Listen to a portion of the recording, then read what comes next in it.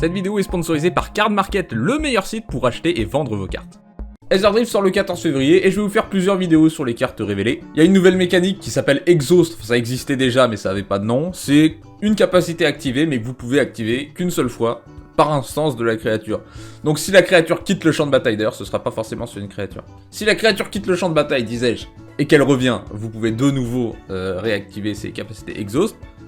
Mais tant qu'elle reste sur le champ de bataille, vous pouvez l'activer qu'une seule fois. Ça permet de mettre des capacités activées plus puissantes sur la créature et de les équilibrer pour que ce soit pas réutilisable. Le nouveau loot est un excellent exemple de ça. Vous voyez qu'il a 3 capacités exhaust, vous pouvez utiliser chacune une fois. Celle pour un vert, vous ajoutez 3 mana de n'importe quelle couleur. Pour un bleu, vous piochez 3 cartes, donc c'est Ancestral Recall. Et pour un rouge, vous faites 3 dégâts à n'importe quelle cible, donc Lightning Bolt. Il doit être engagé à chaque fois, donc vous pouvez pas utiliser les 3 d'un coup a priori. Mais si vous commencez à l'exiler, à le renvoyer sur le champ de bataille, là, il commence à faire des bêtises. Ça, franchement, je l'avais pas vu venir, c'est le retour des montures. Je m'attendais pas à ce qu'on les revoie avant les batailles. Je pensais que les batailles feraient leur retour avant.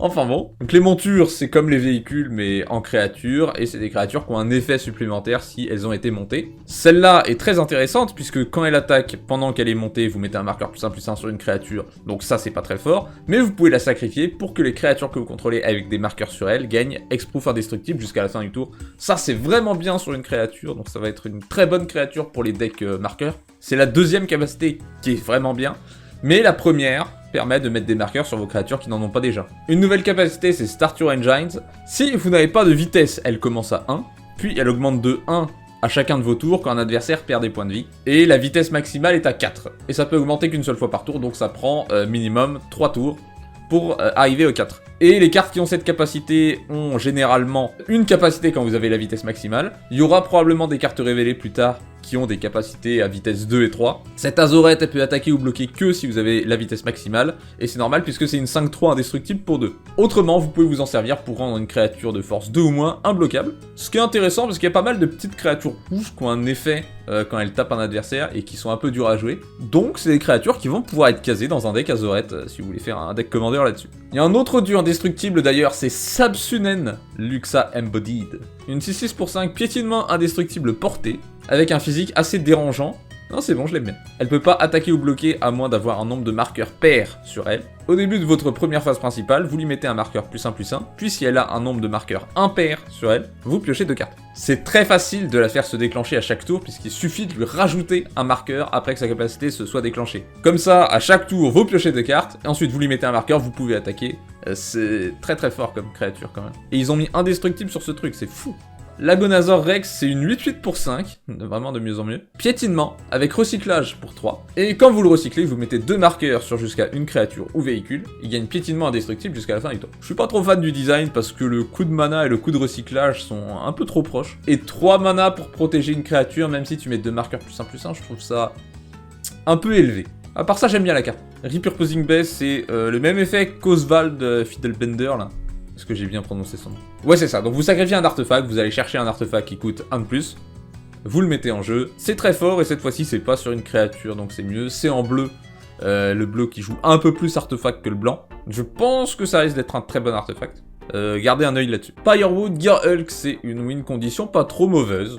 C'est gentil hein, quand même, c'est une 7/7 pour 6. En grul, vigilance menace, et quand il arrive, vos autres créatures ont +2/+2 et gagnent vigilance menace jusqu'à la fin du tour, et les dégâts ne peuvent pas être prévenus. +2/+2 vigilance menace, c'est sympa, si vous jouez un deck jeton, ou un deck avec beaucoup de créatures, ça risque d'être très fort. C'est pas la meilleure carte pour finir une partie, mais ça marche bien. Il y a les commandants des 2 decks Commander qui ont été révélés, il y a que 2 decks Commander qui sortent dans cette extension, très étonnant. Il y a un deck Zombie des Fosses, un deck Énergie. Commençons par les commandants énergie, on a Piadalar, chef mécanique, 2/4 pour 3. Quand une créature artefact ou plus que vous contrôlez inflige des blessures de combat à un joueur, vous gagnez 2 marqueurs énergie.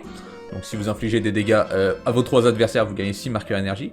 Au début de votre étape de fin, vous pouvez payer n'importe quel nombre de marqueurs énergie, et vous créez un véhicule XX avec vol et pilotage 2, X étant le nombre de marqueurs énergie dépensés. C'est assez rare d'avoir un payoff à autant d'énergie, c'est-à-dire une carte qui te propose de payer autant d'énergie que tu veux. Donc si tu arrives à avoir des montants d'énergie débiles, ce qui est tout à fait possible maintenant, hein, la mécanique énergie a quand même été bien boostée par Modern Horizon 3, tu peux facilement avoir une 10-10, une 20-20, enfin...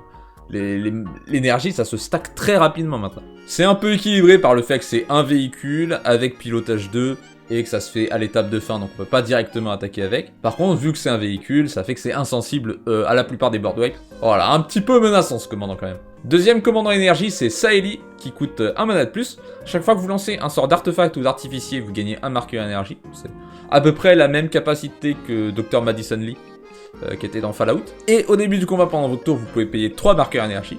Quand vous le faites, vous créez un jeton qui est une copie d'un permanent que vous contrôlez. Sauf que c'est une 5-5, créature artefact en plus des autres types qui a célérité, et vous le sacrifiez à la prochaine étape de fin. Donc vous pouvez faire une copie de n'importe quel permanent que vous contrôlez. Vous pouvez tourner votre deck dans un peu n'importe quelle direction. On vous incite à jouer quand même des artificiers et des artefacts, mais vous pouvez tout à fait faire une copie d'un terrain, faire des copies de vos créatures, de vos enchantements.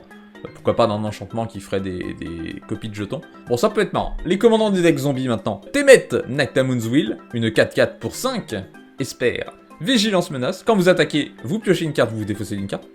Et à chaque fois que vous piochez une carte, tous vos zombies gagnent +1/+1 jusqu'à la fin du tour. Aïe.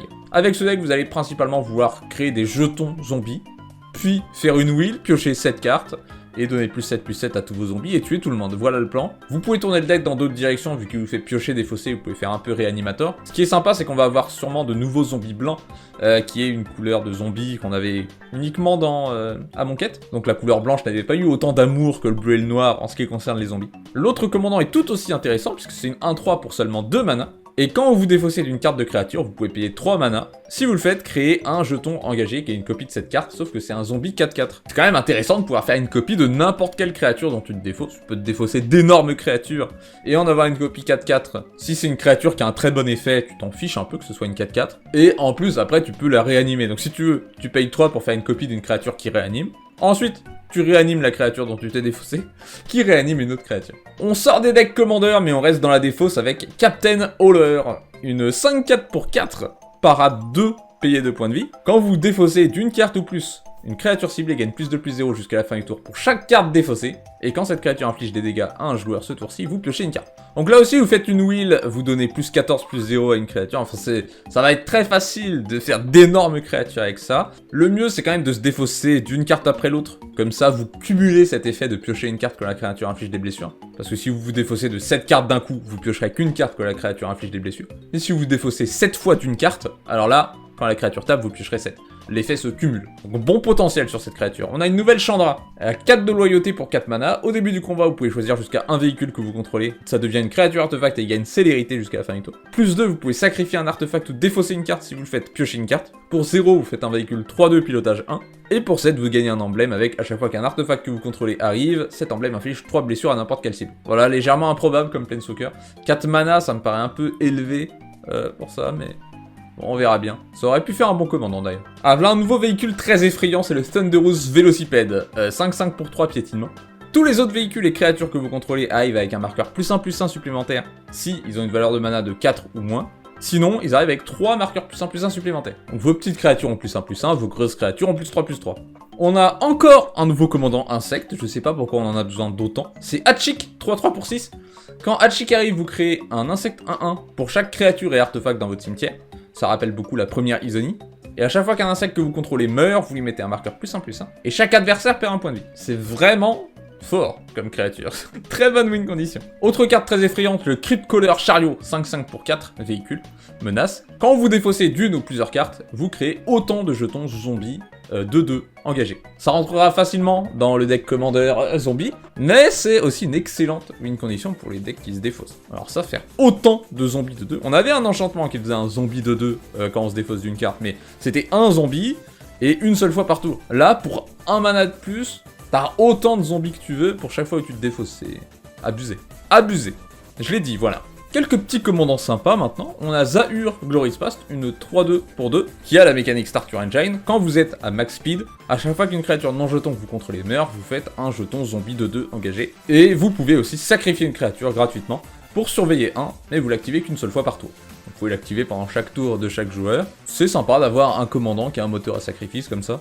Et avoir une 2-2 zombie à chaque fois qu'une créature non jeton meurt, c'est vraiment fort pour un commandant qui coûte que 2 mana. Caradora 4-2 pour 4, quand elle arrive, vous pouvez chercher dans votre bibliothèque pour un véhicule ou une monture et la mettre dans votre main. Et chaque fois que vous mettez des marqueurs +1/+1 sur vos créatures, vous en mettez autant +1 sur vos véhicules aussi. Donc vous pourriez juste ignorer toute la partie véhicule de la carte et faire un deck marqueur +1/+1. Ça me paraît pas improbable. Redshift, une 2-3 pour 2 en grûle vigilance. Vous pouvez l'engager pour ajouter X mana de n'importe quelle couleur, X étant la force de Redshift. Vous ne pouvez dépenser ce mana que pour activer des capacités. Et ça tombe bien, il a une capacité d'Exhaust qui coûte 12 mana. Donc ça va être sympa d'ajouter beaucoup de mana avec sa première capacité. Et cette capacité, vous mettez n'importe quel nombre de permanents depuis votre main sur le champ de bataille. Alors lui, si vous voulez faire un deck débile, allez-y.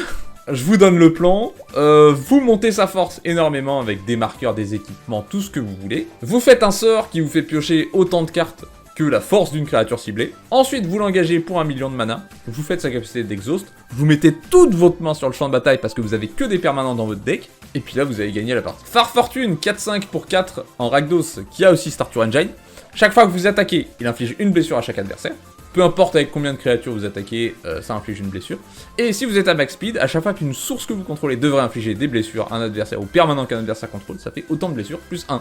Quelle que soit la source et la couleur, donc c'est assez rare. Et c'est assez facile d'arriver à max speed avec cette créature, puisque tout le thème c'est d'infliger des blessures aux adversaires. The Last Ride, qui est pas spécialement intéressant en commandeur, puisque c'est juste Death Shadow en véhicule. La carte est rigolote et vous pouvez piocher pour 3 mana et 2 points de vie. Je vous le conseille pas. Mendicant Core, c'est une étoile 3 pour 2. Sa force est égale au nombre d'artefacts que vous contrôlez. Pas mal. Si vous êtes à max speed, à chaque fois que vous lancez un sort d'artefact, vous pouvez payer 1 mana pour le copier. Waouh. Non, c'est très bien, c'est très fort, pour une créature qui arrive aussi tôt dans la partie. Et c'est aussi le cas du prochain, c'est Vnomoxt, une 0-4 pour 2 mono bleu. Vous n'avez pas de taille de main maximum, et si vous êtes à max speed, à chaque fois que vous piochez une carte, vous piochez 2 cartes à la place. Alors lui, c'est pas forcément facile d'arriver à max speed, puisque c'est une 0-4, et que c'est en mono bleu, donc c'est pas forcément facile d'infliger des blessures en mono bleu. Il va falloir jouer des 1-1 volantes, ce genre de truc. Mais l'effet est fort si vous arrivez à max speed. The Ether Spark, ça c'est le petit truc foufou du set. Un artefact Planeswalker équipement. Fallait y penser, non, fallait y penser. 4 de loyauté pour 4 mana. Tant qu'il est attaché à une créature, il peut pas être attaqué. Et il a, à chaque fois que la créature équipée inflige des blessures pendant votre tour, des blessures de combat, vous lui mettez autant de marqueurs loyauté. Il n'y a pas de capacité d'équipement, mais vous avez une capacité de loyauté qui permet de l'équiper. +1, vous l'équipez à une créature, vous mettez un marqueur +1/+1 sur cette créature. Donc c'est un petit peu lent. -5, vous piochez 2 cartes. Et -10, vous ajoutez 10 mana de n'importe quelle couleur. Donc le potentiel de la carte est là, on peut faire des trucs, mais c'est franchement très très lent. Vous le mettez en jeu, vous êtes quasiment obligé de l'équiper. Au moins, ça le protège. C'est ça qui rend le Planeswalker un peu intéressant, c'est qu'il est protégé tant qu'il est équipé. On doit vous détruire votre créature, puis attaquer le Planeswalker pour pouvoir le détruire. Enfin, ceci dit, c'est un artefact, donc c'est particulièrement simple à détruire aussi. Ensuite, votre créature doit infliger des blessures. Et elle doit en infliger assez pour que vous puissiez ajouter 10 mana d'une couleur, parce que si vous faites que piocher 2 cartes pour -5, c'est pas le truc de fou. Si vous arrivez à ajouter 10 mana au tour suivant, là, on est bon. Voilà, la carte est rigolote, elle est intéressante, c'est pas spécialement fort par contre. Quelques petits terrains intéressants pour finir, vous avez Muraganda Raceway, c'est un terrain qui a Starter Engine, donc ça vous permet d'avoir la capacité assez tôt dans la partie. Ça ajoute un incolore, et si vous êtes à max speed, ça ajoute 2 mana incolore. C'est vraiment cool ça, à mettre dans des decks monocolores ou incolores. Avoir un terrain incolore qui peut, à un moment de la partie, vous en ajouter 2, c'est cool. Si vous en avez pas trop dans votre deck, ça va pas trop amputer votre mana base. On a la suite du cycle de terrain qu'ils ont commencé dans Mornebrune, qui ajoute un mana et un autre mana si vous contrôlez l'une des deux couleurs du terrain. Ils sont chiants à expliquer ces terrains.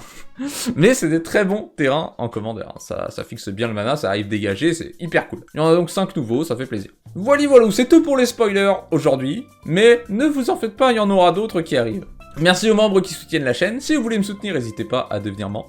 Je vous invite également à vous abonner à la chaîne si ce n'est pas déjà fait, à rejoindre le Discord pour discuter avec la communauté de Magic et jouer à Magic en ligne, avec moi et les autres membres. Et je vous dis à bientôt, salut!